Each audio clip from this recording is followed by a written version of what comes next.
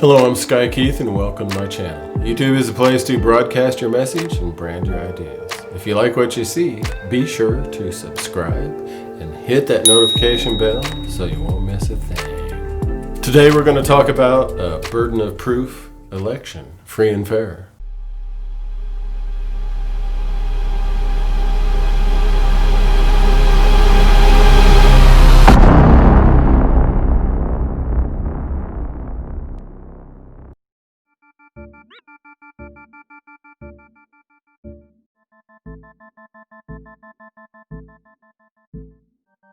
Trump knows he can't win a free and fair election in 2020. With only 37 days left before Election Day, Trump's desperate efforts at voter suppression are far from being free and fair. If you think he's too dumb to pull off a massive voter suppression campaign to win, you're underestimating Trump's ability at cheating. The Democrats had plans to respond to Trump's cheat-to-win campaign. Unlike Trump, they're not talking publicly about what they intend to do to combat Trump's cheat-to-win campaign.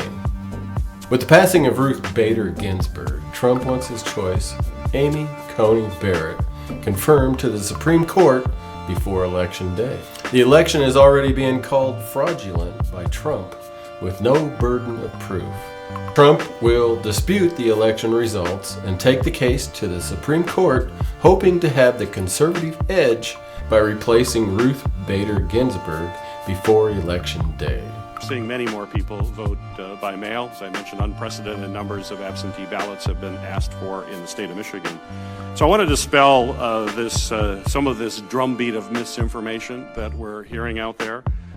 And so my question is very direct. Is voting by mail secure?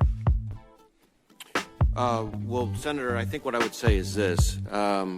We take all election-related threats seriously, whether it's voter fraud, voter suppression, whether it's in person, whether it's by mail, and our role is to investigate the threat actors. Now, we have not seen, historically, any kind of coordinated national voter fraud effort in a major election, whether it's by mail or otherwise. Massive voter fraud is a myth. It's a fantasy dreamed up by Trump.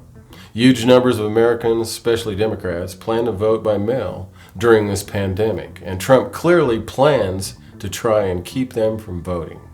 The newly appointed Postmaster General, Louis DeJoy, immediately got busy slowing down the mail this summer as Trump fights a legal battle in the states he doesn't want mail-in ballots to be counted.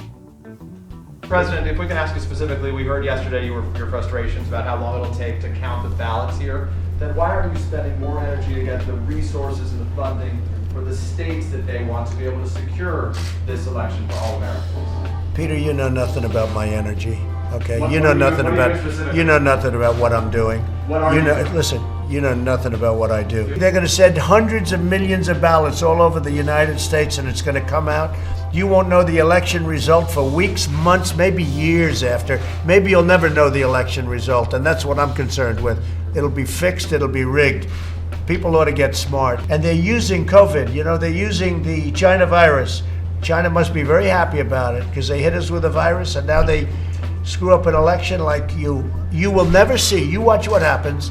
Trump wants a winner to be declared on the night of November 3rd, even though it's far more likely that the election won't be called until all states have counted and certified the ballots. The Constitution does set parameters for the election of the president and other federal officials, but state law regulates the elections in the United States.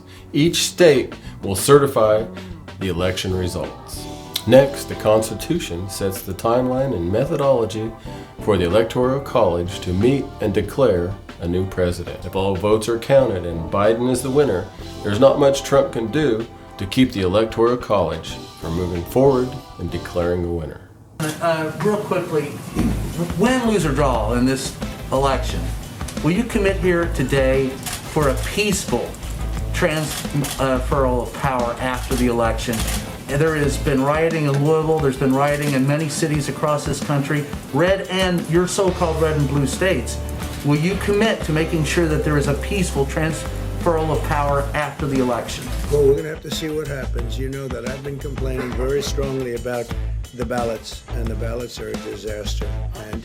But people are rioting. Do you commit to making sure that there's a peaceful transferal of power? We want to get rid of the ballots, and we'll have a very peaceful. There won't be a transfer, frankly. There'll be a continuation. The ballots are out of control. You know it. And you know who knows it better than anybody else? The Democrats know it better than anybody else. Go ahead. Trump continues to make false statements about voter fraud with no burden of proof. Trump is ready to challenge or outright deny the results of a free and fair election. Trump doesn't want to protect our election. He wants to protect his position of power. The Constitution is clear that Trump's term ends at noon Eastern Time on January 20th, and the elected becomes president, with or without a Supreme Court justice administering the oath. There would be no continuation of the Trump presidency. Trump is the first president to delegitimize our democratic process by intentionally destroying the integrity of the election, making this election not only a fight for the presidency, but a fight to take back democracy.